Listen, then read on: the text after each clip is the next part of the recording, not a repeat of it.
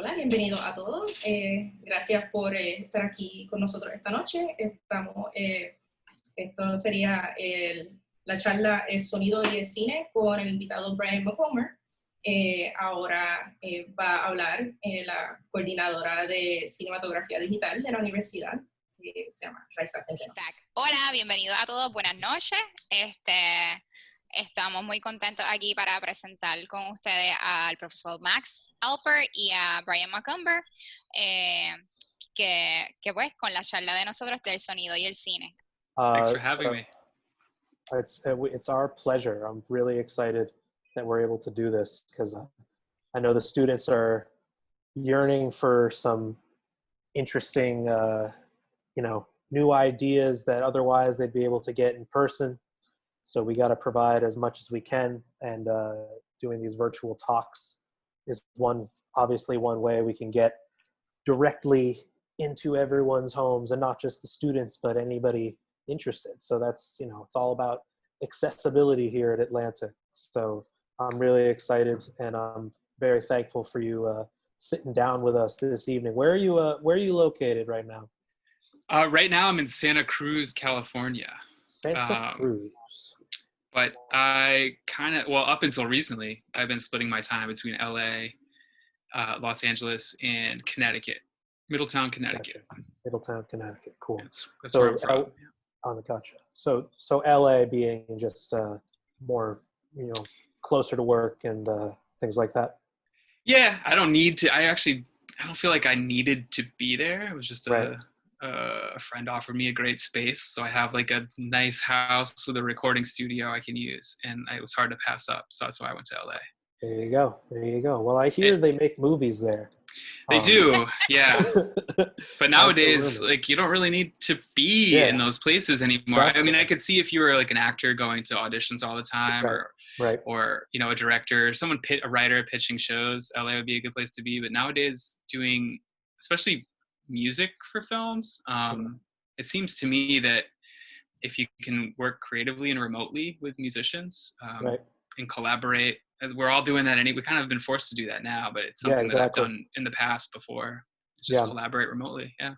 And like depending on the director, depending on the composer, it could be like, like I know, like with like Johan Johansson, things like that, guy. I mean, I don't know if he was based in LA or not. Was he? I don't know if he moved over there, but lots of these Hollywood guys reaching out over to Europe and in other places as well. Like music can be done wherever. Doesn't really can. To be in Hollywood. It can be done in Puerto Rico. Same with film, though. Yes. And like how it's like you were mentioning, like your process is you can work remotely from wherever. Like if a director asks you like to meet with him, do you actually, how's that? Like, do you actually want to go on set? Like, how's your process maybe on the creative transitioning, like the pre-production for actually creating your work? Do they ask you to go on set and see what's going on? Or how is that process? I've been on set, but only a couple times. And it really depends. I've never been asked to be on set. A lot of times I'll get a film and it will basically be picture locked with temp music. This happens a lot. I'm sure it's a term that a lot of people have heard, temp music, where, an editor will just be putting other people's music in different scenes just to give it a flow to edit to. And also when they're going to reach out to composers, for instance, or other people they want to bring in, they want to send it to a composer in somewhat of a condition that makes it a watchable movie,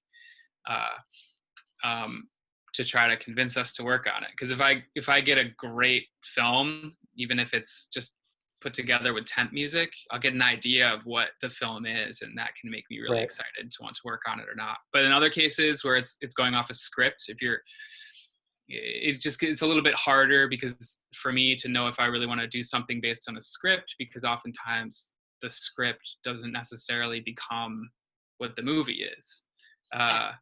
It can, but for me, so much of trying to tell stories using doing what I do, which is helping tell those stories through sound, that it's you have to see it. It's, you know, the script itself isn't it's like a tool, kind of, I would think, for most filmmakers. It's a guide. It's exactly. It's Even if you're as strict as someone like the Coen brothers or something about, you know, that, it's still a guide, and it's hard, you know, how the music would serve a script can be different. And I think everyone's, I guess is just say is like everyone's different. And I've only really been on set a couple times on like movies that we had a little more time and money to work with, where I could really dig in with a director that I knew. So, by the way, we can just backtrack just a second and just say, introduce you formally, because we got right into the awesome question. We got right into an awesome question there, but I want to say, you know, Brian, you're a film composer. Do you do sound design technically? I know music and sound design, we'll get into it, but you know, people put the title sound designer on credits on IMDb. Would that also apply to you, or no? I don't think that applied to me necessarily, but also I would say that the term composer almost wouldn't apply to me. I think, I mean, I feel weird even calling myself that. It's usually the title I'm given just because I'm involved in more of the musical element. Right. But of course, music and sound design really have a lot of overlap. And I've worked with sound designers who come in and they've added drums all over my music. So who's, right, you know, who's the musician, right? Exactly. There's a lot of overlap, especially the kind of scores that I gravitate to. Exactly. So we can let's start briefly, just to give our viewers and ourselves here a little insight into your background. So tell us a little bit about your musical background or lack thereof. And, you know, kind of how you got initially into the, you know, professional music and eventually ending up in the film world. Sure. Yeah. I'm pretty much a self-taught musician, although I did do a little bit of studying, like after college. I went to university and studied biology, actually. Wow. So I did that. But even before that, I just played music with my friends. I started playing the drum set when I was 11, got a little rock band together, started playing some Nirvana covers, playing at coffee shops and things. And so it goes. School dances, you know, that's what I did. And by the time we were 14, we were figuring out how to, you know, get with a little mixing board we got, figuring out how to use our parents' tape deck to record ourselves writing our own music. And we just sort of started making music ourselves and recording it ourselves, making tapes for our friends and trying to play gigs. But yeah, I went to school. I never expected to be a professional musician, and I never really wanted to. I expected to have music as something I did for fun. And so I went to school to study biology and just kept playing music for fun. While after college let out and I had a job just working in a biology lab, I started playing with this band more frequently called Dirty Projectors. When I joined that band, there were sometimes I'd play shows and, you know, 3-4 people would come. But I kept doing it for fun, and that ended up taking off. Yeah. And eventually I quit my job doing science research just because the music became a full-time gig, being in the touring rock band. Then after that, I started, you know, I met a lot of filmmaker friends along the way while I was playing in the rock band professionally, and started scoring films. I've always loved films, and the music that I've always wanted to create for myself would lend itself, I would think, better to film scoring rather than the band, the Dirty Projectors band I was in, which was more of like a singer-songwriter thing where I was a supporting player as a drummer. So yeah, I just started doing film scores for fun, just like I started playing in bands for fun. And then a couple of years go by, and then I had to stop doing everything else and just focus on the film scoring thing. So that's what I've been doing. I've been like doing just mainly film scoring now for about 7 years now. Great. So you could say it's a DIY or die sort of ethos all the way through. It always starts that way, and then it becomes institutional. It becomes, you know, established, and you got you got your name out there. That's fantastic. Yeah, I couldn't say I don't know how when people advise or ask me like how would I get into this or that, I can only say what I've done, and I wouldn't recommend anyone else do it any other way. I don't know.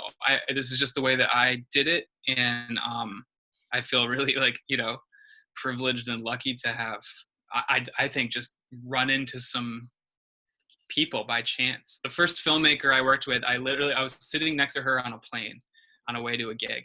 Really? And wow. she was working on editing something in Final Cut. I was working on my computer in Pro Tools. Yeah, exactly. And we just started talking. And then I scored her movie. That movie went to Sundance. At Sundance, I met a guy there who saw that movie. He asked me to score his movie. That movie was at Cannes. So within I just fell into it real fast. Yeah. And that's not normal. I know that I was very lucky to have basically stumbled into it. So, well, I think the work that you put in Dirty Projectors, definitely, there's no glamour, regardless of what level of success in your rock band. There's no glamour in the touring life, if you ask me. And it's really, really, really hard work. And you did that for a while. So I feel like yes, it is like in your case, falling into place, a lot of, meeting of the right people, but it was through the hustle that you were doing, at least even as just a accompanying, bandmate for otherwise, more, singer-songwriter project. But I wanted to ask you actually specifically about that because, your work, and we'll get into it in terms of some of your more recent film work in a little bit, but, you're a drummer first and foremost, you would say that? Yeah, for sure. Yeah. I don't really play anything. Right. I wouldn't even say that I play the drums particularly well. All right. You gotta put your foot down somewhere. I can play drums. Yeah. You can play drums. And as someone that has listened to your work in the band context of things for quite a bit, you play quite well. And I was going to say, in terms of your style, whether it was your cultivation or your bandmates that you collaborated on to create what I consider more, it's uniquely yours. It's not like a jazz drummer or or even like a rock drummer in that way. It's uniquely a Brian McOmber style, but it's very technical in my opinion.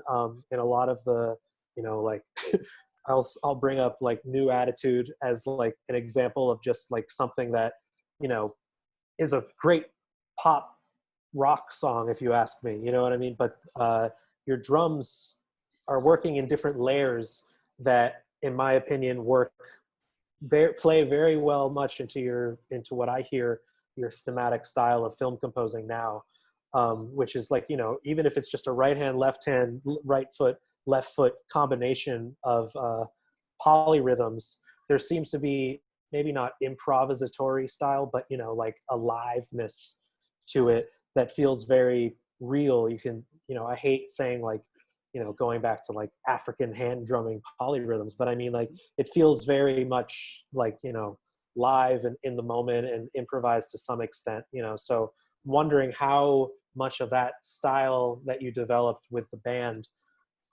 blended over from the start or maybe later on to your film work. Sure. Yeah. Where to start? I've always been interested in improvisation, and I think one of the things that always I don't consider myself at all a songwriter or even interested in songwriting. I like working with songwriters. Mm-hmm. Like you mentioned that song, New Attitude. That was basically just a rhythmic pattern or a groove that this particular singer-songwriter had presented me with, and then that band as well, he really gave me a lot of leeway to improvise and make it my own. So right. There might have been more or less a script, where it's this thing happens in this scene. I don't know where this analogy will go that I'm starting right now. Yeah, but if you're to improvisation, like Curb Your Enthusiasm, you know? That's actually a perfect example, right? Yeah. So in Curb Your Enthusiasm, it's like a scene set up, these things are going to happen, and then the actors sort of like work their way through it, and sometimes it's cool. Yeah, exactly. Yeah. So so what ends up happening is with like a lot of the film score stuff I do as well, I try to get, this is why I don't really consider myself the composer in the classical sense with what I'm doing with a lot of film scoring. A lot of what I'm doing is just more like Curb Your Enthusiasm, almost like producing, where by communicating with the director and a producer about what kind of instrumentation they want, what kind of feel they want, what kind of vibe they want for a scene or a whole score, I'm trying to grab with the resources I have, which a lot of them are just getting to have known the greatest musicians around doing all kinds of music, whether that's, you know, classical music or experimental electronic music, and try to convince them to come in and jam with me. And we just jam. And so for me, a lot of the actual music making or composing part happens in the editing process. So maybe an analogy this is just me personally, and I do know other people that work this way, but, you know, same thing. I imagine when you're shooting Curb Your Enthusiasm, they'll probably have 10, 20, 30 takes of a scene, and then they edit it together after, and that's where the narrative sort of starts to play out. And I think of that a lot of times. The way I make music is that I like to have musicians improvise around you know, a set of parameters that I've put in place. That could be a tempo, that could be an emotion, that could be a timbre, instrumentation, and then I have them play a lot. And as we go, I kind of like maybe push them one way or the other, and then afterwards I have all this material that I then edit, and that helps me. And then I let the picture oftentimes dictate how I'm editing these performances. So I think it's a combination of like improvisation and then construction or editing. Right. Is a huge part of my personal process when I'm film scoring. Does that kind of get to? Yeah, absolutely. I mean, I think, and Raisa, I'd like to know your opinion on this too. I mean, like, I feel like the idea of improvising a score, like obviously improvised music is a thing, but like, you know, improvised film in the way that you're talking about from the editing perspective, where you have like 20 different takes that might be like an A to Z, like a Curb Your Enthusiasm type script where there's not, the details are missing. And, you know, each take might be a little different.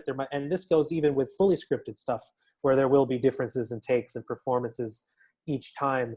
And the editing process is kind of where it becomes a complete package. You know, like Brian, you and I know that like the production, the post-production and the studio is just as much like an instrument as like the drums, you know, in that type of way.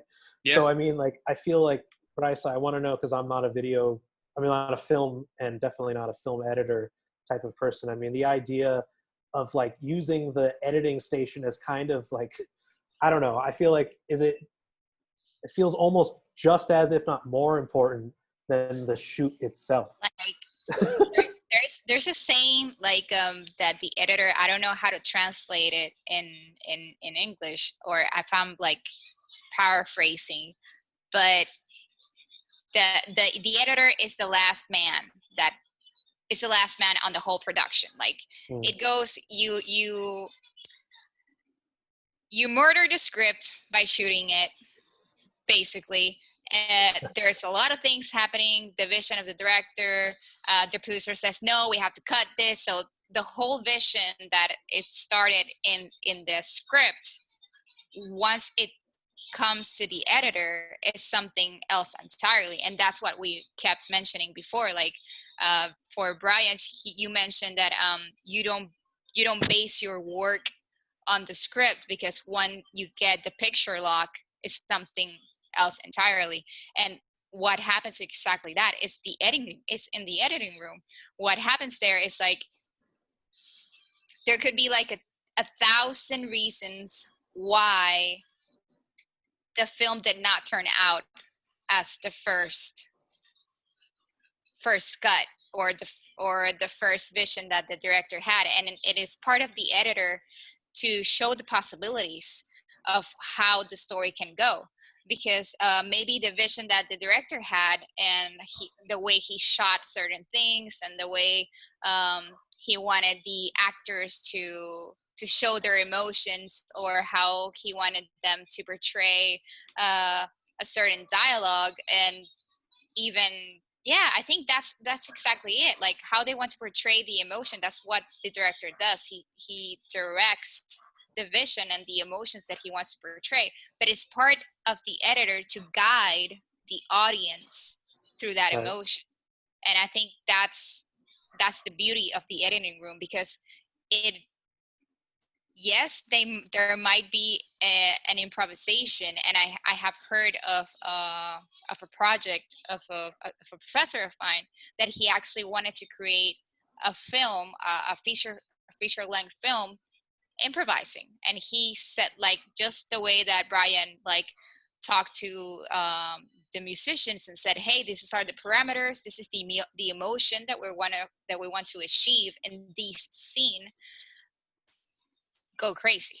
And and I think that's thankful. Like we can say thank you. I don't know how to say, I'm translating here in my head. Podemos dar gracias. We can be thankful for the digital era, because if we were once on film, we could not have done this type of improvising, because a lot of money involved. But it's still, though, I do realize that the editing room is where the magic happens. Like, totally. You can create a horror movie become a comedy movie, and it depends on the editor and the vision that the director wants to portray. But it's actually part of the editor to expose the different possibilities. And I wanted to ask to Brian, like that your process, so you get the picture log, and not necessarily you're in the discussion of the vision beforehand, before the editing happens. Like, because as an editor, I just take like what you were saying, like I take a temp music, and even so, like we sometimes, depending on what project I'm working in, if it's like for a commercial or a client, when it's for film, I actually take other sound scores, other film scores, and I just place it in my for editing. But when it comes to commercials, I just take stock footage, and they play along with the watermark until the client says, hey, I like that one. And we buy it, and that's how it works. Like, but how does it work for you? Like when you actually get the picture log, and what happens? Like, I'm so excited to know more about that, because you have total control. You say, like, hey, the temp music you place, it has something, but it's not it. And like, because you sort of like get to re-edit the whole picture, no? Everyone's different, actually. Like with all these films are different. For instance, I'll just give you an example of what I'm working on right now. It's a documentary film, and I actually started working on the music. First started working on it a year ago, right? And we're not even to fine cut yet, let alone locked cut.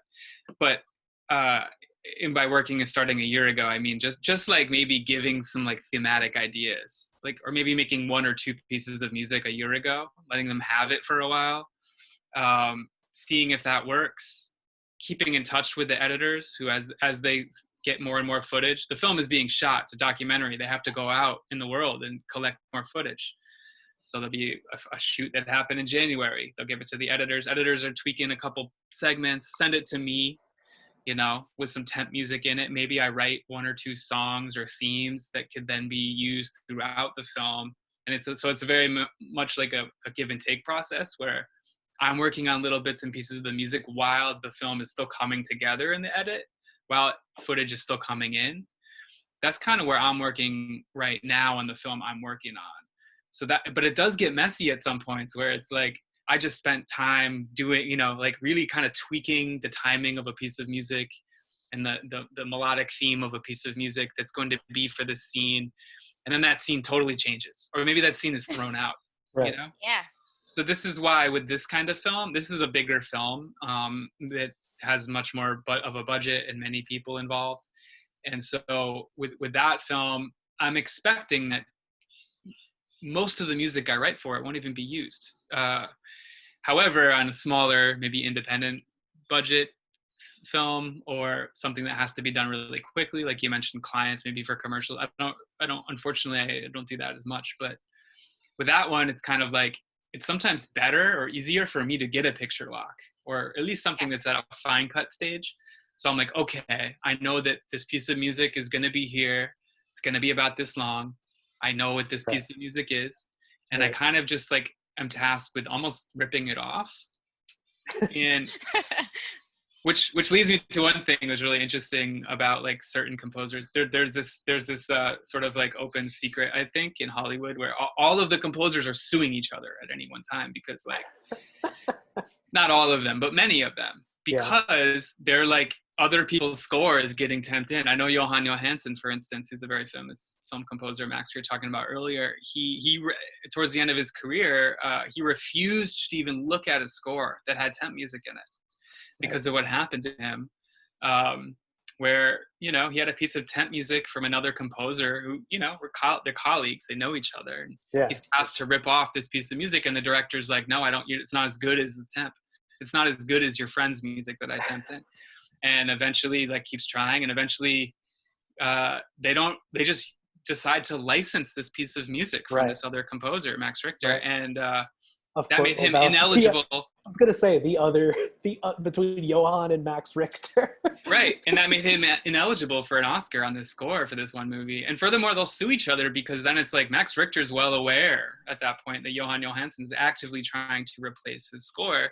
And if there's any similarity that's too similar, that composer can sue him, you know, and say, you're ripping me off. And I know it because I know that music was in there. So there's this whole like dirty world of temp, right? We all have the same agent. Like, we know what's happening. Like, you know? It's really bizarre, dude. You know, it's funny. I don't want to go down through many. I will say that, like, I was tasked to do this one score. I'm not going to name what the film is or who the composer is. I'll just say that I'm a huge fan of this composer, like a very influential person in my life. Like, I used to watch them as I was a kid, and I was one of the people that was like, I think I was the number 2, and I ended up going with this guy on this one film. And out of nowhere, someone wrote me later just being like, hey, who had no idea that I was even talking about this film? Nothing. He just happened to see it, and he wrote me being like, did you see this score? It sounded a lot like your score for this movie that you did. And I'm like, yeah, that's because they temped it in. Oh my God. I took it as kind of a compliment that one of my musical heroes was tasked in ripping me off, so much so that someone separate, like, recognized the influence. Right. But anyway, to go back to your question, it's like it's a hard balancing act of depending on the film, if it's like temped, if the entire thing is temped with someone else's music, and then I get it in a final cut stage, the difficulty for me is to make it original while not there's something called temp fever, or temp love, they call it, when a director and or editor gets so attached to the temp music because they've listened to it hundreds and hundreds of times against the same images over and over again. So that's a tricky part on the one hand, but on the other hand, it's like, oh, at least if that temp is in there, I know exactly how long the piece is. I know how it's being spotted. I know even a tempo, which I can like sort of match.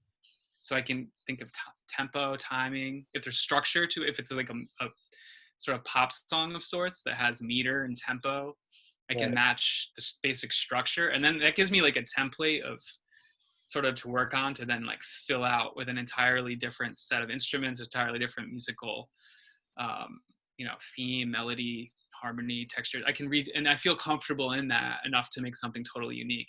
But of course, it's tricky to if you're fortunate enough to have enough time and resources to work with a composer for like a year and keep them on board and keep them working. It's a difficult thing in my experience to work really, really hard to get these pieces of music really working on these scenes, and then those scenes just get chopped.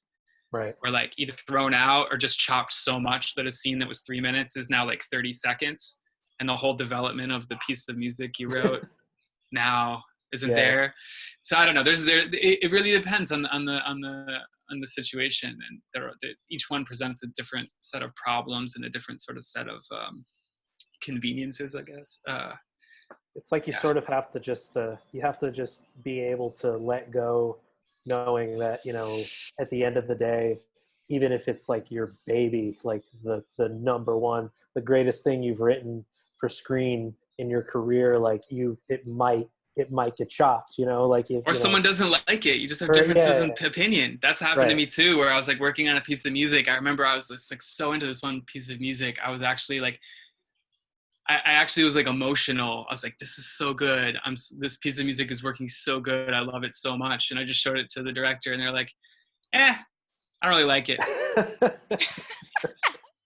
And they're like, I'm just not going to have any music here. And I was like, all right. Well, that's part of what it is. You have to really set your ego aside. And, you know, I think honestly, there's a lot of film composers who are drummers. I find this out. And I think the role of the drummer oftentimes is never to like, it's just such a supporting role that I'm not used to getting too tied to my ideas or emotionally attached to my ideas to not throw them out. And sometimes, and it's like, even if you think about it another way, it's like, oh, I wrote this great piece of music and the director hated it.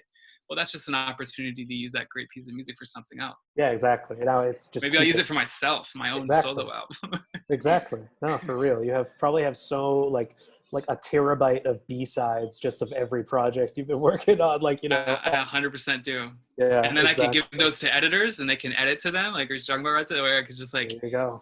If you want some music to edit to and you're giving clients, I have a whole bunch of music that's like, I think is still good, but just didn't work out in the film, that I give it to editors. And then those editors would be like, I'm like, hey, let it roll in. I mean, that is another way to monetize it as a composer, but you know, it's like, music is, that's the one great thing about music is it can be, one piece of music can work so well in so many different settings once you start to associate it with picture. And editors are the ones that like, that's a huge part of editing, is this kind of like, you have to have a brain that's in so many different parts. Editors are what make this shit work. Sorry, stuff. The stuff. My apologies. Stuff work. The film, the story work. Yeah. The story work. Thank you. It's okay. I've made plenty of those mistakes in the classroom. My apologies. No, I haven't. It's okay. So I actually wanted to like ask too. So I know that you come from like a whole music background, and there's a lot of like, I have no experience. I can't play anything in my life. So with that instead, like I would like you guys to actually try to explain, because you were talking about different terms like tempo, rhythm, harmony, melodies. Like, how do you describe, like, if you would explain to a film student that is actually interested on getting inside the sound design or film score, how would you explain those terms to them? Right. Brian, do you want to handle well, I mean, I could absolutely help with the music. Yeah, go for it. Music theory, mumbo jumbo type of stuff. Just going through the terms that Brian said, I'll be the little dictionary and put it in layman's terms, just so everyone's on board. So tempo, you know, like in Espanol, tiempo, time, but in musical term, it literally does mean the speed of the piece, right? So when we're talking about a film score, you know, I like to think there might be like two schools of thought as to whether or not the tempo is matching every cue on the screen, every cut. So when, you know, like jump scare, you know, something like that, versus something that maybe tempo isn't as related, or maybe it's not like edited to the beat, but it's more of a theme that carries the scene. So, you know, and certain things require, like, I would say more in like action movies, like Fast and the Furious absolutely needs like high tempo rhythms for that cut to the editing. You know what I mean? Like thinking in terms of like the composition style itself having to be like very rhythmic and a high speed for a high chase or something like that. That would require a high tempo. In terms of what else do we talk about? Melody, harmony, right, Ryan? Mm-hmm. right? So I always I mentioned this as kind of like, everybody has a melodic instrument built into them, and it's your voice, meaning it's a single pattern of notes that's played out in a way that, and usually in terms of film scores, is a recognizable pattern that we can latch on to. So, like, da da da da da da da da da da da da da da da. That's the melody to Star Wars theme song. You know what I mean? The harmony would be the accompanying parts and pieces that would play not necessarily above or beneath the melody, but are there to accompany the melody. So like you have the main melody of Star Wars, da da da da da da da, and then the harmony for that would be like the dun dun dun dun dun dun dun dun. It's playing, accompanying the main part. So a melody is the lead singer, of the band, and most of the time, the main melody is the hook of the pop song sung by the lead singer, and the harmony is played by the instruments that could play multiple notes, like a guitar or a piano, that could back it up, that could back up the melody in that way.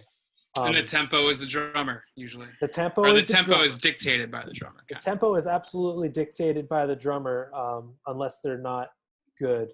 And then we have like in the film, what is it? Whiplash. Are you rushing or are you dragging? Like if you guys recall from that, like very triggering music education. Though I never was a jazz drummer, thankfully. Any other terms music terms that we mentioned? I mentioned time, like time signatures. Did I? I can't remember. But sometimes you said meter. Meter. Yeah, meter. Exactly. Yeah, meter. Like 4 beats versus 3 beats. You know. So I guess. 1, 2, 3, 4. 1, 2, 3, 4. 99% of Western pop music or Western music in general is in that time signature of 4/4. But there's all types of, like I was mentioning with Brian's drumming style, starting in the rock band and morphing over to the film score style as utilizing polyrhythms. That might mean he's doing something in 3 on his right hand and something in 4 on his left hand. So they, in terms of the meter, there's actually more than one, and they meet up at certain points and they get out of place. That's why I was saying it's very technical, even if he's a self-taught drummer. It's crazy. Like, I think used to try to just like play his parts as a high schooler, and I could never do it. Like for me, like I have like a deep admiration. Yeah, there we go. A deep admiration, like for musicians. Like my husband, he's a musician too, and his whole family actually.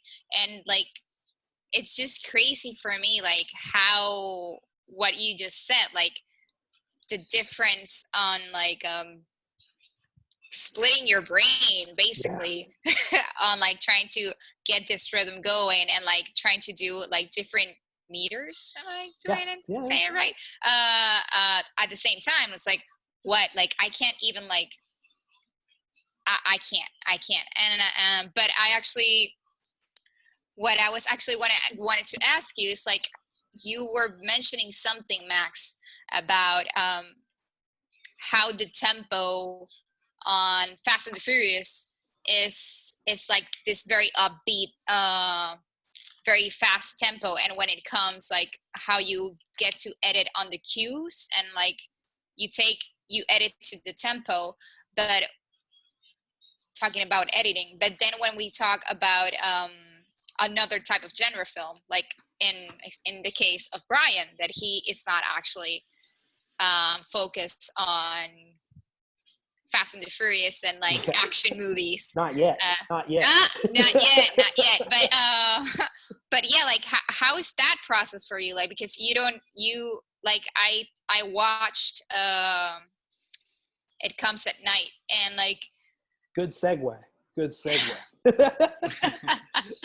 It Comes at Night, and like there's a very distinct way of not like the music is not, is showing us the way to what's going to happen next, but it's not necessarily marking the editing.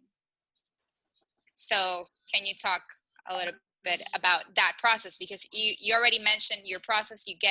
Sometimes you get the picture log with the temp, but how does it work when you're trying to do the film score for this type of film, like for a horror film?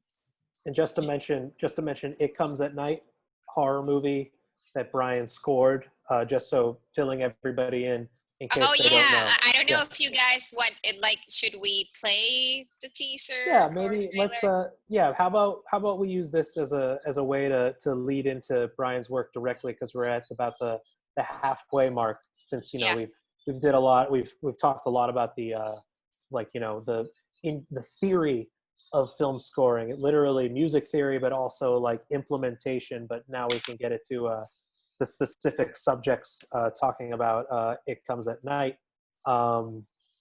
So let's really quickly, I'll pull up I have two clips from this film. It's a horror film.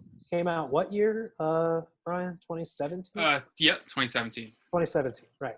So I'm going to show two clips that I've picked online, and this will lead directly into Rais's question, talking about scoring for something that's not like kind of the opposite of what I mentioned, like the more mainstream Fast and Furious action, ba ba ba ba type of score.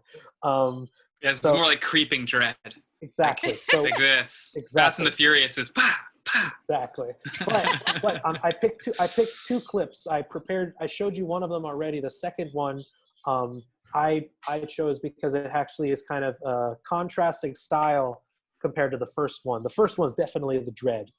So we'll start with that one. Remember, Max, the audience has not seen the first clip. Oh yeah, no, I know. I'm gonna play the first one first. Yeah. Okay. I was just saying you haven't seen the second clip yet. But Okay. Okay. So I'm gonna go into share screen very quickly, and I'm gonna pull up my Google Chrome. Okay, everyone can see. Yes. Okay. So I have two clips for you. We're gonna start with this scene right here. This is a little bit of the, I don't know if we'll play the entire thing. Music comes in about halfway. Yeah, I can set it up. Basically, set it up for me. Yeah, basically what's been happening is that there's something out in the world, and they don't know what it is yet, but people are getting very, very sick, like a pandemic viral outbreak of sorts. And so they don't know what's causing it. And so this is a scene where they feel like they hear something in the woods and don't know what that is. Better? Well? It's okay. Just go inside. You got your gun? Yeah. What's he see?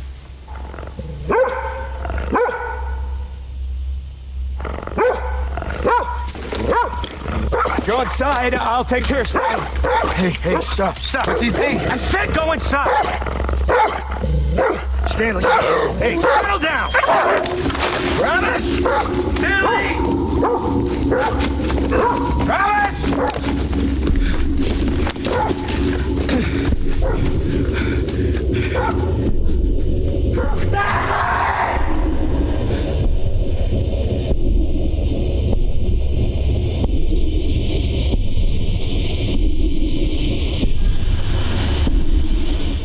So that was clip number one of our boy Stanley going out and trying to solve all the problems for us. And then I'm going to go contrast that here with number two. And this is a quick scene with the, well, actually, Brian, this is, I don't know, I hadn't played it for you yet, but this is the house introduction scene. Mm-hmm. I don't know if you remember it at the top of your head, if you want me to. I don't. Okay. Don't. It's another family has joined their family after a, confrontation and meeting them, they decide to share resources. And this is just them in the kitchen having some, small talk. And it seems to be one of the relatively lighter moments from what I recall in the film, or maybe the more human, lighter, humanity moments, if you will. So let's play this. The way we like to run things, and we think it's important. I think it's important to keep a routine and stay busy. Oh God, I'm sure I'm forgetting a few things. There's plenty of time to work out all the details. Yeah. Overload. Well, just settle in. Yeah. And we'll get working in the morning. And welcome. That's perfect. Thank you. Thank you very much. Welcome, buddy. He's hiding. Why are you hiding? There you go. So definitely two pretty different scenes there, and musically, two, I would say, pretty different styles. Though it seems like there seems to be foreshadowing in the music at the end of that last clip, where we go into what we'll call dissonance in music, where the notes start out consonant, which means they sound pleasant to the ears, and then the last few notes start to clash right as the son, the little kid, is in the shot, to foreshadow something we don't know yet in the film. So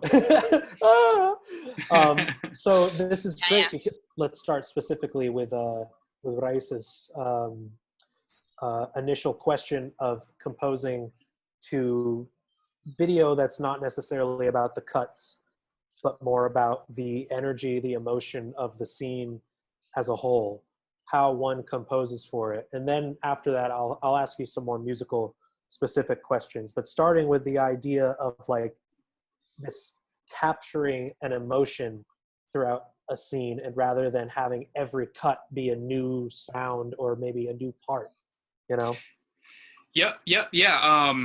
It's funny, actually, the editor of that film I remember having a discussion with him about that table scene, because for him, he felt like the music wasn't pushing hard enough. We actually had a debate about this. This was one of his least favorite cues in the movie, where it was one of my favorite cues, to be honest. Like which was we agreed on a lot of other stuff. It was just that one. I think he wanted it to be a bigger musical moment, and I was like, I think it's good to just a subtle push, like very subtle, and then wait for that last note when it's you're in the perspective of the little boy who's like scared and timid of this pretty burly older man who's smiling at you, and it's like you don't really know what's happening there, but something's not right. And the kid is us, because we don't know we really don't. Everything is new and ambiguous, Yeah, and so that was something with that, and so with that one, I remember also trying to compose a lot of the gesture, like the musical sort of, when the music kind of comes in and out, it's sort of like swelling. It's almost so that you don't notice it, unless in our case we're listening for it, so we're hearing it, I think, more than normally. But my goal was that you would sort of just feel it, you wouldn't think about it, which led to that, I think, the disagreement of the editors. He just wanted like a bigger musical moment, and I was like, I don't think we should. And so with that one, I actually composed around little bits of dialogue. So like when there's sort of a space in the voices, I use the voices as sort of the cue to like push in a little bit of music there. Whereas in contrast to the scene before that, which is basically just like an ambient drone that's like really tense, and as it goes on, it gets louder and louder and higher pitched. Then there's this like kind of heartbeat pulse behind it. Right. It was just this sort of throbbing, very much. The music is like over the top of the images there. So I think those two scenes, the way that I was going, what I was trying to do there was like almost compare and contrast. There, the music is like setting the tone just as much as the images or any like actual thing that's being said. I think the screaming also sets that tone too, of just of course, sound, just like dread and like anxiety and terror. That we didn't need to have it too over the top. I was letting the camera work dictate a lot of like the tempos there. Like there's these slow pans going into that spooky shot of the tree. Yeah. And so the pace was slow. You know, the music slow doesn't tempo. start until the dog is unleashed too. Yeah. It's gone. Yeah, so those were all like things we talked about with the editor. With that one is like that cinematographer is really great. His name's Drew Daniels, and I worked with him on a couple things where it's like, you know, I find that his cinematography really kind of inspires what kind of tones I come up with and the music I come up with, how the camera's moving. Right. So there's all these, that's what I mean by variables. A lot of times is there's like the camera movement, there's the dialogue, trying not to step on the dialogue too much with music. When dialogue pops out and it's just like atmospheric sounds, the music can take over without it maybe, you know, pushing too hard. I think it's something that I think a lot of film composers struggle with, is especially songwriters. I think they're used to making music that it commands attention, whereas when you're composing, oftentimes your role is just support the scene, not command it, not like dictate it. Right. However, in the end of that scene you just played, music definitely takes much more of a commanding role. Yeah, absolutely. Yeah, I was gonna lead off with starting back with that scene first. I mean, contrasting actually two different emotions that we're trying to convey in the scene. The first one being this, like, you know, we know nothing good is coming from this based on not just sound, but isolated imagery makes it feel, I feel the dread if I watched it silently. You know what I mean? Yeah. Just as much as if I just heard the music, I would feel the dread. So there's obviously a very powerful, the camera. Exactly. The camera work is very strong in that, directing the emotion of the scene, and you're following, suit with, like you said, a more dark ambient noise drone, which for now getting into the musical definition here, when we say ambient music, we're not necessarily talking about, and a lot of people would probably know this term because of like lo-fi hip hop and things like that. But, it's normally ambient refers to something that's more chill, atmospheric music, not necessarily beat or rhythm oriented, tempo oriented in a driving tempo way, slower, but more in terms of the instrumentation having to do with these longer tones, right? So in this case, you definitely were falling into the ambient category, but as we would more call it, dark ambient, which is the less consonant, more dissonant sounds, less pleasing to the ears, which I guess was a term coined by Brian Williams, the Lustmord guy, who does a lot of film. He does a lot of film scores too, but he was making that music for concerts well before it was being used in movies. Yeah. If you kids can imagine going to a show and hearing and things like that for an hour, Brian and I can. I don't know if you can imagine that. But anyways, your usage of the dark, ominous noises versus in the kitchen scene, we hear what sounds to be like a bowed marimba or something. It's the bowed vibraphone, yeah. Bowed vibraphone, so a percussion instrument that's not necessarily like dink, dink, dink, but it's melodic percussion playing sustained tones, but much more recognizably melodic, right? Mm-hmm. We hear a pattern in that scene, and that scene is a lot more ambiguous to me, because the first scene, the dog is running off missing, the kid is screaming after him, and this camera is just zooming in on this spooky tree. Like, how could you not be like spooked by that? Versus the kitchen, it's like, well, do we trust each other, right? Exactly. This is an introduction. Do we trust each other? And the kid of all the people is the most like insecure with the situation, and the music kind of reflects that for me. So I'm wanting to know, like, in terms of writing ambiguous scenes, mm-hmm. scenes where we as the viewer are not necessarily tuned in to what is going to happen, or if is this a good thing or not. How do we write music that, I don't know, reflects that? like gives us a sense of unease and ambiguity. Which way are we going? Because there's the beginning of the vibraphones sounds positive. I don't know. It sounds, you know, the melodic parts have a bit more, you know, pleasingness to the ear. I don't know if it's major or minor, happy or sad, but towards the end, it's like, wait, what's happening? Exactly. So, yeah. Yeah, I you know, and even I'm not as much of a technical or trained musician as you are, Max. But I think that's all you really need to talk to if you're collaborating with a composer, like between a director, composer, editor, is being like, here it should feel happier and more relaxed. And as far as like realizing that in terms of music, I think, I don't know, for me anyway, when I'm discussing with a director, I think a lot of directors or editors are a little self-conscious to talk to me. Like, I don't know anything. I hear them say this all the time. I don't know anything about music, but, you know, like, I just want it to feel like chill here, you know, like everything's okay. And until that end where it's like, oh, maybe there's something else going on. Like, how do we punctuate that last moment when there's that look between the old man and the boy? That's like, how do we just like punctuate that moment, but not too much, right? Like not like da da da, you know, because that would be too much foreshadowing and cheesy, of course. But like, how do we do that? And you know, I don't know. I don't even know the language. Like, that's again why I lean heavily on musicians. But I would think the term, like, I do know the language, I should say. Like, in that particular instance, it's called a microtone. It's actually like the notes between the notes, or what Miles Davis might call the blue notes. When you bend a note up, you're like, right, yeah. That's what creates it. We actually, to make that piece, I actually used what's called a microtonal guitar. So the frets are like on the guitar are irregular. So you're actually playing some notes in between notes, and that just creates this uneasiness to it. But of course, I had to tone that down at the beginning of the scene because I'm trying to make everyone feel at ease, and so that's what we call, what Max was saying before, is consonance.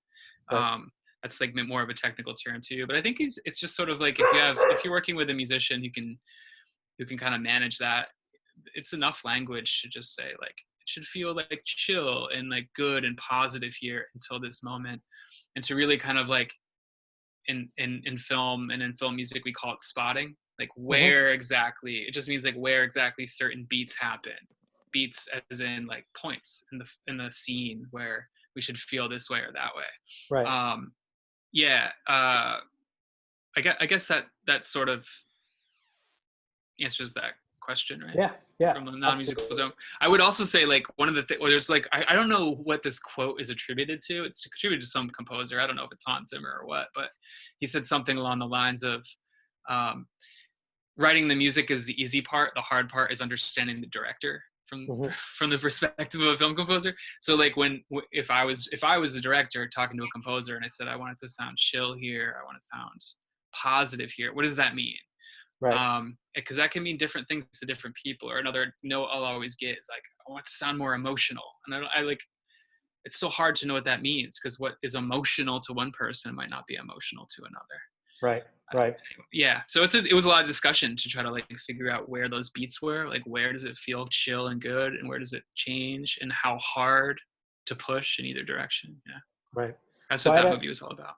It's one of those slow burns, as we call it, you know, like pushing eventually towards a climax. I wanted to ask specifically, just because I know that this director, what was the director's name again? I'm sorry. That's Trey Schultz of It Comes at Night. Schultz. Yeah. Trey Schultz of It Comes at Night. And you had worked with them in a previous one, right? But for Krisha. Yeah, that was early, called Krisha. Right? Yeah. Krisha was before. And leading into just more general, like, industry sort of questions, because, you know, like, this is about, now you've established what seems to be a collaborative relationship with this director. To some extent, and maybe you can expand on the importance of like these sort of, you know, finding people that get you musically, but also like as a filmmaker, as a composer, as a sound designer, like how would you recommend a student in this case, like, build these types of relationships that could, sort of lead to more, collaborative projects and things like that? I know I'm kind of throwing that out at you there. And I know you mentioned, a lot of these relationships sort of happen spontaneously, but, for those that might not be in that position necessarily, like, or at least what do you see folks doing in the industry in that sort of way? Yeah, I mean, like, there's some people I work with a lot, like that particular director, Trey. I worked with him on those 2 films. I didn't work on his last film, actually. That one was Trent Reznor and Atticus Ross did that. So that was one of those ones. That one's called Waves. I didn't see that one. So, but the first CD I ever bought was a Nine Inch Nails CD. So that feels, I'm going to lose a gig to somebody. Feels pretty good to lose it to them. Yeah. So yeah, I mean, but there's a lot of other people that I've worked with on one thing and not worked on the next, and it really depends, because I'm well aware that I do some things better than others, and specifically if you want to, like, that Waves film that just went out, I mean, almost all of that is it's like a heavily licensed pop song teen drama, a lot of songwriting, a lot of pop music. That's not really my forte either.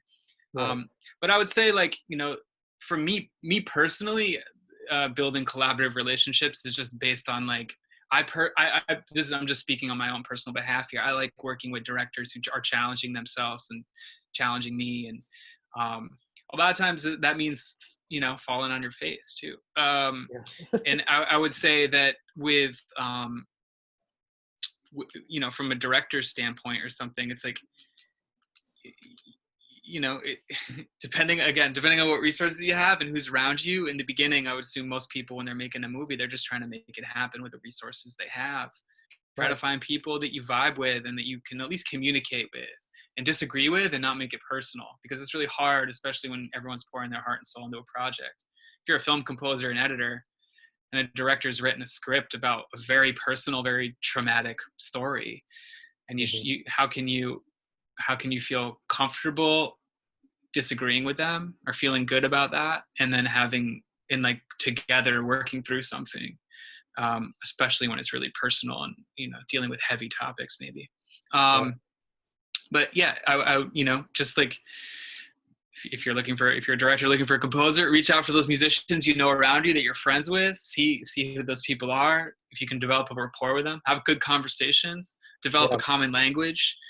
Almost every film I work on, I end up having a common language with a lot of people I work with, where it can be like, we'll talk about an instrument in terms of like flowery language, like, or themes that aren't musical at all. It'd be like, oh, that's the Junto theme, or the, or like, the dark one, or like, let's bring back the dark one again for this part. Just like editor and producer terms, when you start getting into, like, you've seen something or heard something a million times over, it's just like, one aspect of the scene becomes exactly the only word you need to describe it when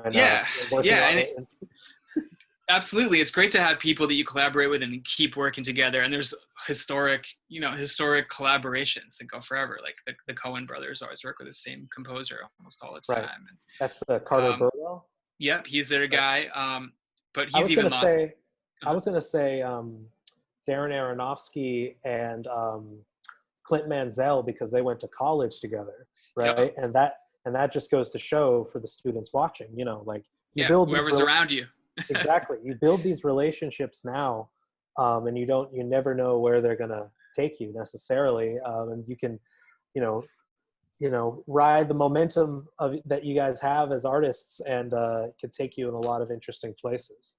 Exactly. Yeah. You're probably someone who knows this very well, Max. Is like, a really great thing about college is, like, you're in a community. You sort of are like, that's as much of a important part of being in college than the classes itself, is being able to experiment and like collaborate and have these like longer discussions and creative partnerships with people that in a setting where the stakes are a little bit lower maybe, and you're all experimenting and trying things out and learning. And if you can develop those relationships there, I think it's the same thing with Carter Burwell and the Coen brothers. I think actually maybe not. I don't know if they met in college or not. but certainly like I think that's the situation with I'm really bad at remembering names, but the composer who did Black Panther and Ryan Coogler, the director, they had also met in college. He's a Swedish guy, I believe. Right. Right. There's a few like college relationships that have happened between just like somebody who's like in school doing like editing or directing and another guy who's doing music or just makes beats on your floor in your dorm. Right. And you guys vibe, you know, you hang out. And yeah, I think that's important. Yeah, absolutely. Raisa, were you going to add to that, or should we talk a little bit about documentary work? Actually, yeah, I was actually having that in mind. Like, I really want, like, let me put my thoughts in order. Okay, so I really enjoy like the whole process. Like, it's just be sort of like being there, having the network, meeting the people, and getting exposed basically for like the whole process, how you got in the industry.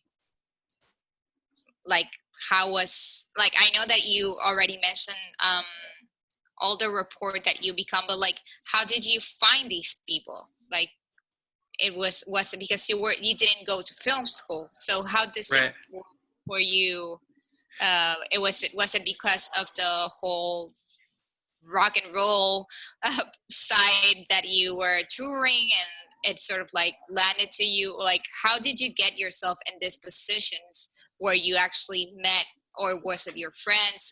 How did you get like in that situation that you're talking to filmmakers coming from a music background?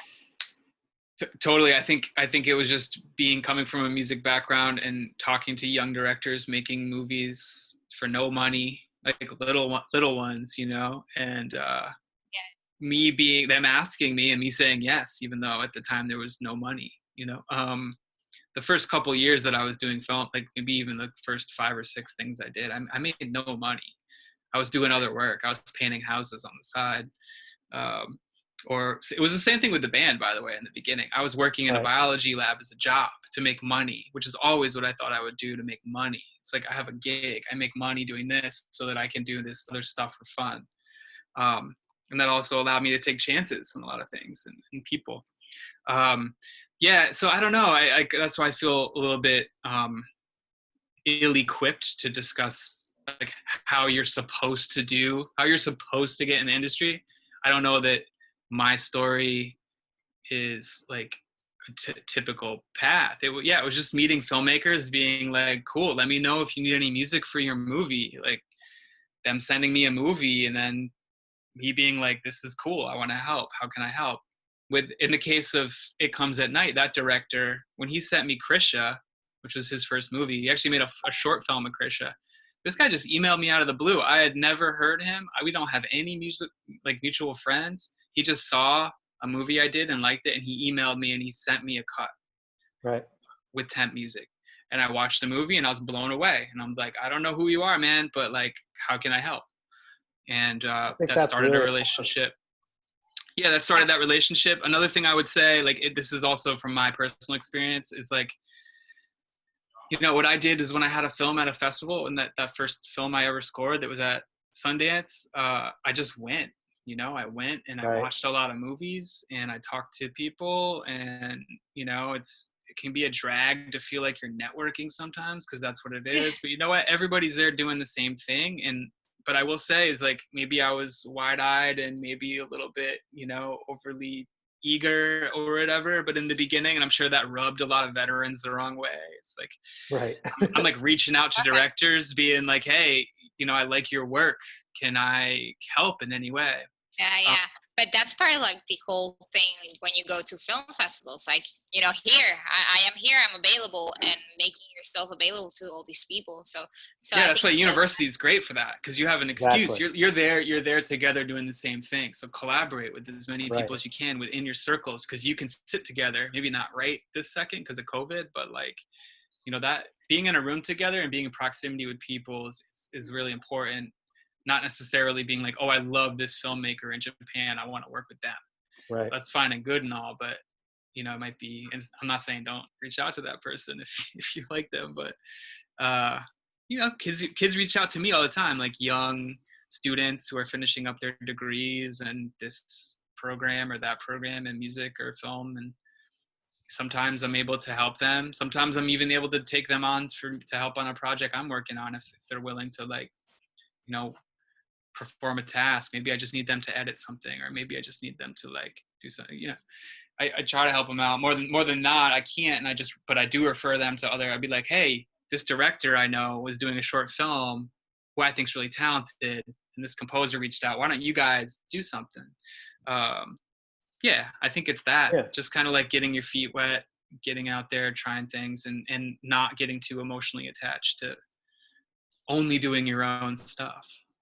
Help other people, and then they can help you. And you had mentioned just, being available, which I mean, like, isn't showing up. Exactly. showing up and being, especially in the earliest parts of your careers, including the college part where you're not expected to be paid for making art. You're paying to make art, to make art, to get the resources to do it that you wouldn't otherwise have. But in that case, like, absolutely, what better time to just be reaching out to not just student collaborators at your school, but people you find online, because you said you're not very equipped to talk about it, but I disagree, because I think that you're just of the new era of this type of work, which has a lot to do with less about being, like in music too, less about being on a big label and more about just continuously hustling and continuously working and putting yourself out there.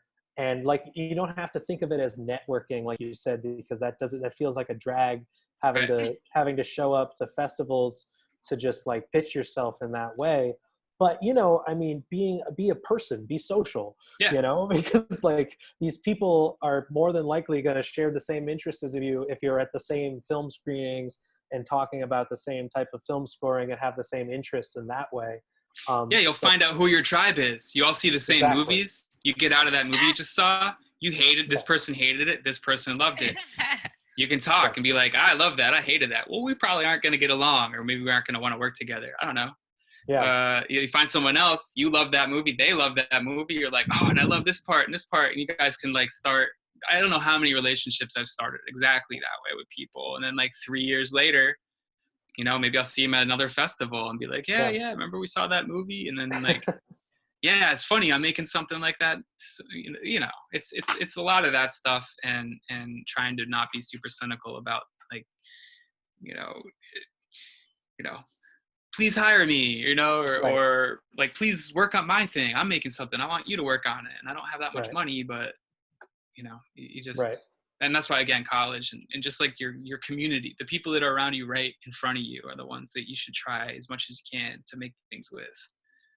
And that's why these relationships, to go back to the original point you made, you said like something about collaborators and like building collaborations and building relationships and collaborating with people.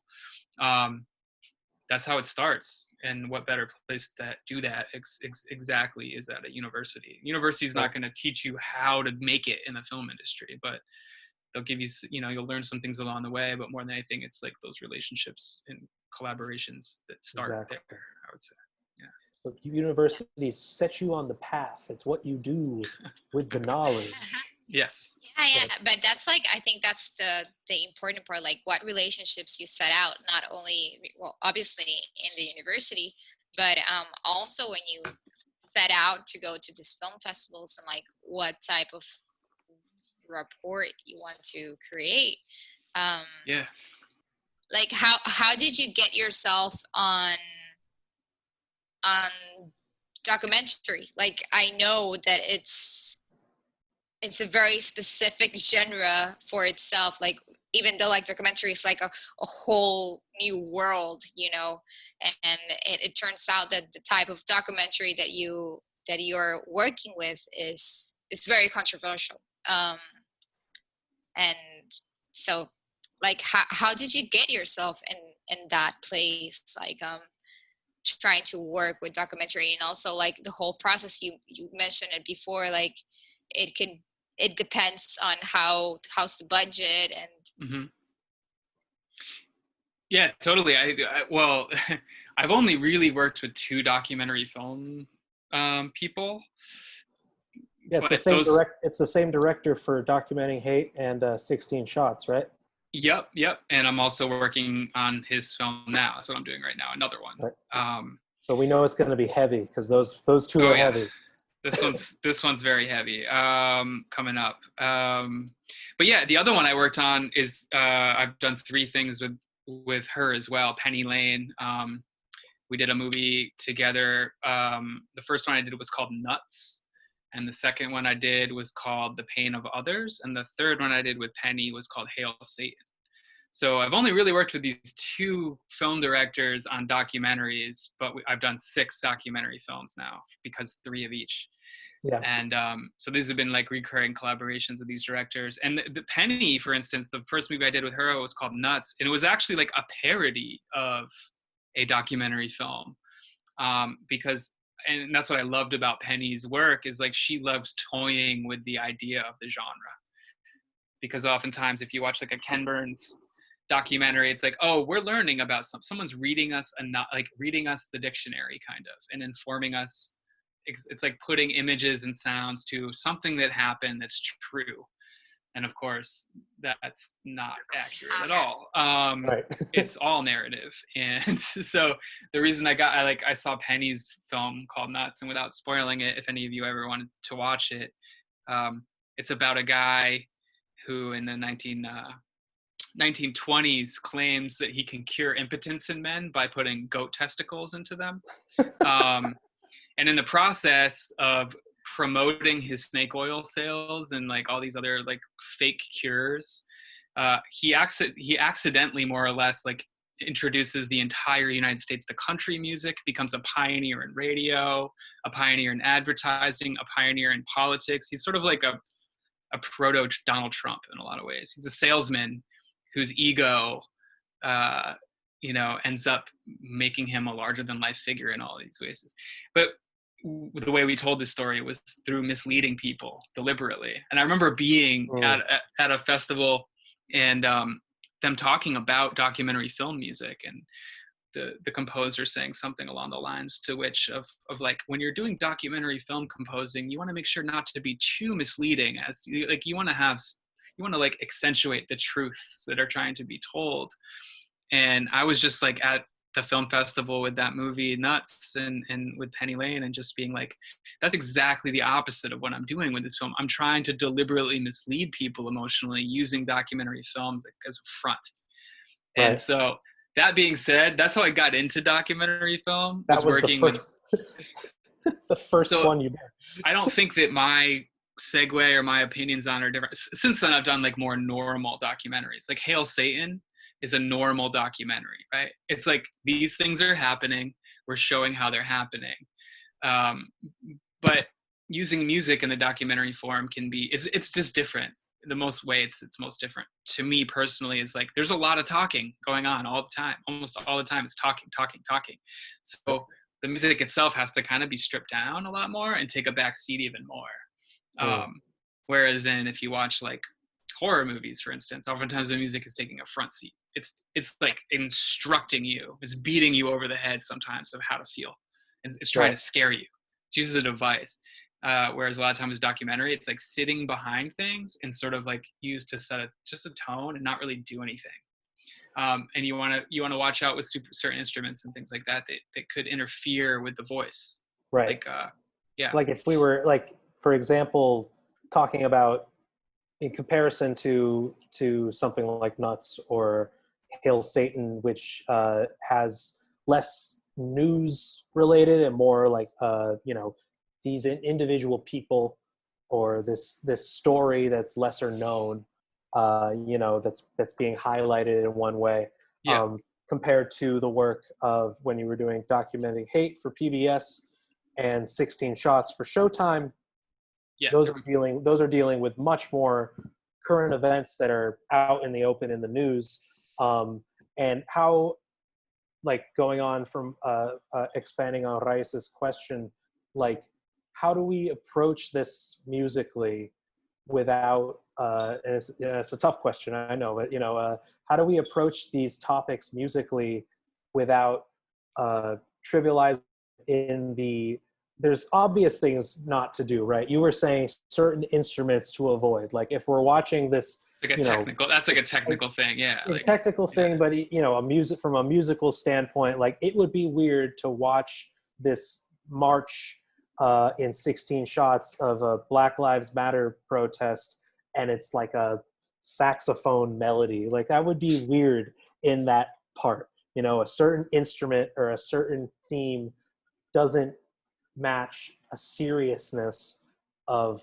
the topic at hand. So how do you make something that, like you said, sits behind the topic and accompanies it without taking away any of it or distracting the viewer? You still want people to like the music, but you don't want it to be taking away from the message at hand, which is a literal verbal and visual message, Yeah. I think there's a lot to talk about there. From a technical standpoint, what I was mentioning about like not avoiding certain instruments, say in documentary, when there's a lot of voices, things like you mentioned saxophone or high-pitched instruments like drum cymbals, like cymbals that you're hitting, it can interfere with the voice. Yeah, we call it sibilance in a voice, the S sounds. Mm-hmm. So exactly. So just from like a pure, technical perspective of like choosing your instruments wisely. And then there's the other component, like you mentioned, like, for instance, one of the film I'm working right now, a lot of it takes place in Afghanistan, Saudi Arabia, and the Middle East, it'd be like, and a lot of it's like dealing with some really brutal, really graphic images of like, sorry? War stuff? Yeah, a lot of that's war stuff. And so you don't want to sensationalize too much, but you also want people to feel something. And, a lot of times you just need to step back, I think. And again, there's another term.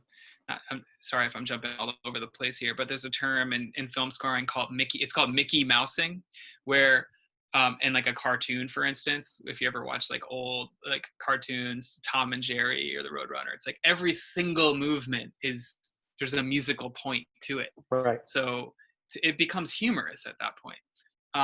So sometimes you just want to step back and not over compose. I think a lot of times that happens to a lot of people. They just want more music all the time, especially if it's somebody or director, editor that's like, oh, I love this band. I want the music to sound like my favorite artist, or I really don't like this instrument. I don't like the saxophone, or I don't like the piano, or, I love this instrument. I love the electric guitar, whatever it is. Like, and maybe step back for a second and be like, you know what? The electric guitar is not the right instrument here for a lot of reasons. Like, maybe it's like, why would you have an electric guitar playing a sort of like heavy metal solo under like, images of, scenic images of a drone shot of a beautiful environment? That wouldn't make sense. It's kind of like, this sounds so obvious saying it, but there are more subtleties that get in there. Like you said, you mentioned having a saxophone over a Black Lives Matter. I just think like that's just inappropriate for a lot of reasons. But those are things. This is what I say about like talking a lot. As you can tell, I talk a lot. I'm not long-winded. It's taking so much of me not to just talk along with you because you're the star, but it's just like, oh, I just want to respond to everything. But yeah, it's like, it's having discussions and talking and really like debating within it. Is this cool? Is this working? How can we make this work?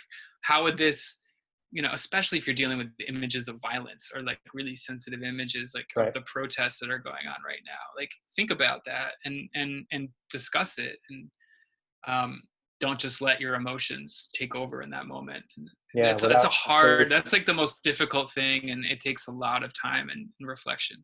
It's like sensationalizing the journalism side of it or sensationalizing the music side of it too, because we become desensitized to a lot of violence. People you're used to hearing, like it's just like ultra sad theme for this you know, pretty ultra sad scene or something that happened in real life, you know, but maybe we let the scene do what it's supposed to do, and you're, like you said, take a back seat.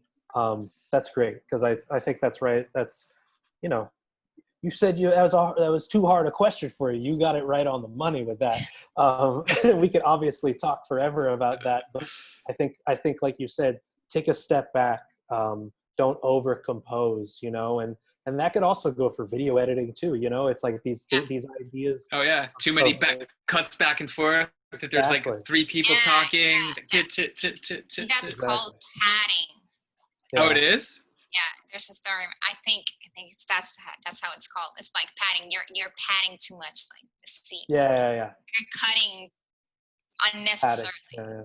So it's called like padding. basically what Zoom does. If there was 10 of us all talking really fast, and it's like every time someone comes up, it's like they change. You know. Triggered of classroom Zoom. We have a question from a student that I wanted to send your way, Brian. Brian, have you ever turned down a project because you didn't like it, or you didn't feel like it was in your style musically? Or do you have a rule of accepting everything that comes your way? Or has it changed, you know? It's definitely changed for sure. Yeah. I would say like a couple years ago, especially if it was people I met within like this community of people I got to know after going to festivals, and it's someone who I'd worked with in the past who sends me their new movie, and you know, I would just say yes. I said yes to everything for a while. Right. Or like anything that I thought was decent with decent people. Mm-hmm. I'd be like, it was my way of going to school. Right. Yeah, exactly. Sort of like working on the fly, or what do you say, like an internship of sorts. This own internship I created for myself, I thought of it as in one way. And also it's like I didn't feel like I could take money from a lot of people in the beginning because I didn't know what I was doing at first. I didn't know if I was doing it right.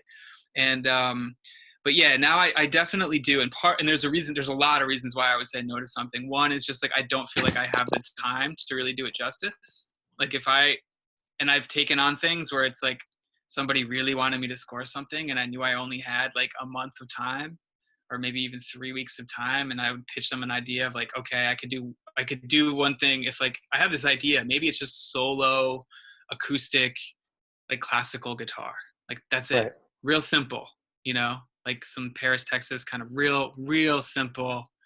I'll get the best guitar player around. We'll record hours and hours of stuff to you. I'll send it to you and it's yours. You do what you want with it. Right. And then of course you do that and they're like, actually I had a change of mind. I really want a string quartet and like horns. And then of course I'd be like, I can't do that. And like, it's, you know, but other times I'll say no to a film just cause like, at this point, I don't think it's for me. And usually that doesn't have to do with my style of music, because I don't really feel like I have much of a style of music, like a genre that I gravitate to. I'll do whatever.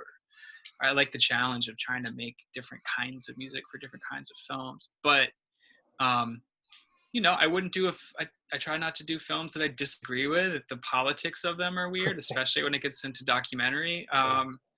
You know, there's my personal thing. Like, if someone asked me to do a film that indicted somebody who I just didn't feel like I could speak for or on behalf of a group of people, sometimes it's like, yeah, I don't feel like that's my place. Right.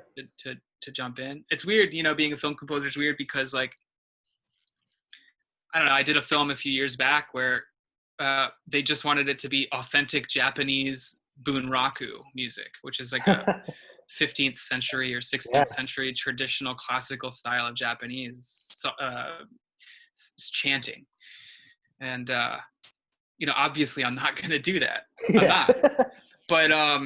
But I did work on the film, and this is what I did. I through a friend of mine, I reached out actually to this guy in New York named John Zorn, who I know is like very active within like, he used to live in Japan, and was like, do you know anyone that lives in Japan that would know these people? He recommended a guy who lives in Japan. I emailed that guy and ended up like through the Japanese society, like finding someone who's trained in the tradition, who didn't even speak English, and through a translator, I worked as a producer in that, and an editor in that role. I credited this person as composer because I loved the film and loved the people that were making it. But I couldn't compose for that. I just wanted to be a part of it in some way. So I just, I helped track down the musician who was to be the composer, and got them to do it. So yeah, I don't know. I'll say no to some things, and other times I'll be like, well, I'm not going to compose this, but maybe I could help you edit it. Maybe I could help you produce it. Maybe I could help you mix it. It's more of like, if I like the project and I like the people, I'll try to figure out how to make myself useful. Gotcha. Right. I want to see that. I want to see that Boon Raku movie. All right, I'll send it to you if you want. Awesome. So we have two more questions here. Yes. From Saul, my student Saul, coming in. What's up, Saul? Brian, what's the score or song that you are most proud of, of your work? What is your proudest work? I think the best score I've done is, pretty much everyone will say this, I think, about who knows me, is that film Krisha.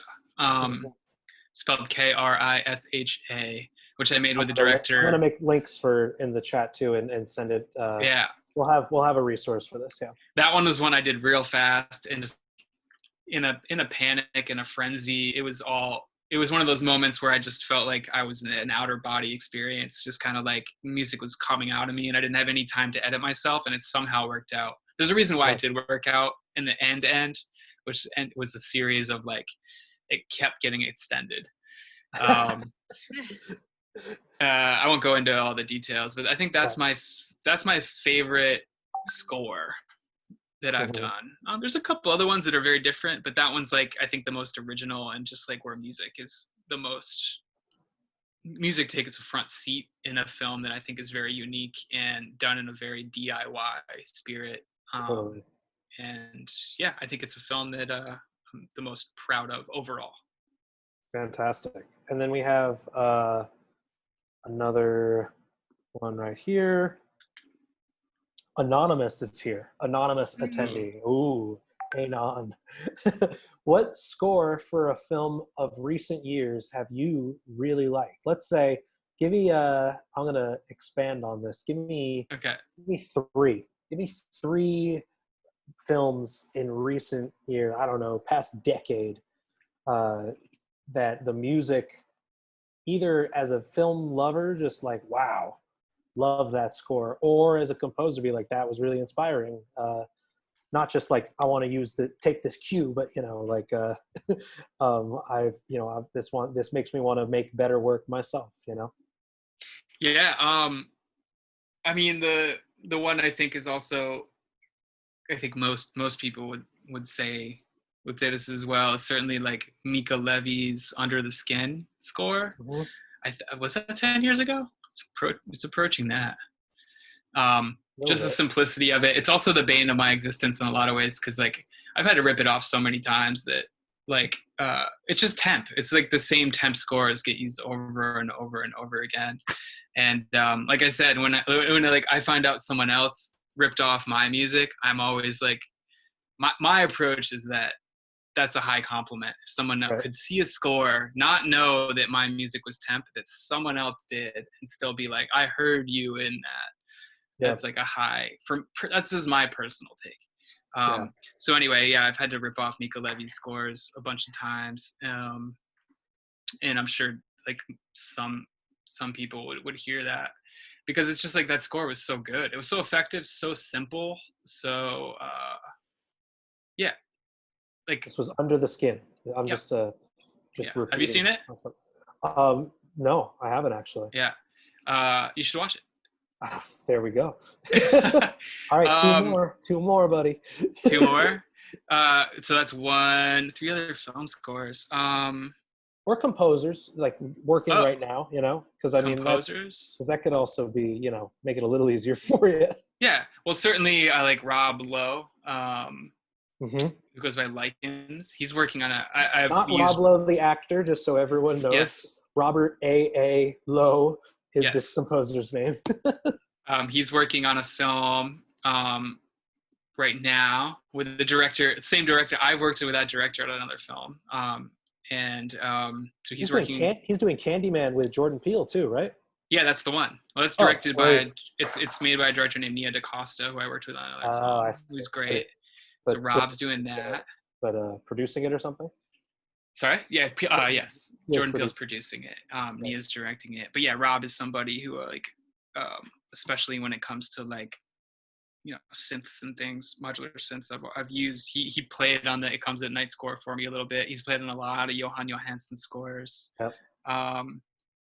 For those that remember in Arrival, the weird vocalist, whenever the spaceship was shot on screen, there's this that's Robert Lowe's voice accompanying Johan Johansson's score. Yeah. Robert's another dude that I saw in high school. Oh, I'm sure. Yeah, I met Rob like his first time was like 2006. And he's been doing it for a while. Yeah, he's a little bit older than us, and just like, you know, somebody that inspired all of us, I think, within the scene. And certainly it's I'm just interested in stuff he's doing score wise right now. He doesn't do it a lot, but yeah, Johan Johansson's another one who's just like, I was always at the question before, like, do I ever say no to things? Increasingly so, I think about him. I just think he was saying yes to too many things, and he just really got burned out on it. And you can overbook yourself, and if you're doing too many things, you're sort of doing nothing at all. Right.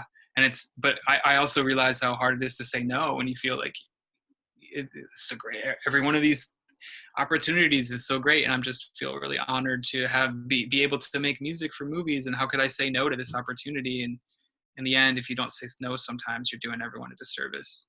I think that's what happened. But you can't go the Johan route, because then the gentleman passed away in his 40s. So, you know, that's he died. And he died with a lot of projects on his plate, too many projects on his plate. So, you know, when you get to that level, you maybe you start saying no. Yeah, I mean, a lot of this is not an uncommon story. I don't think most of us ever have to worry about it getting to that point, but yeah, a lot of times it's just. He was I would say, of our era right now, 21st century film, early 21st century film composing.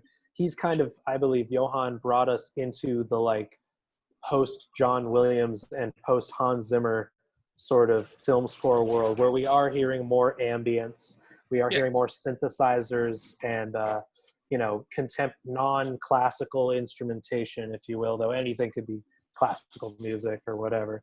But you know, sort of setting the bar for the rest of both independent and now mainstream film composers for sort of pushing beyond what we would consider traditional film score.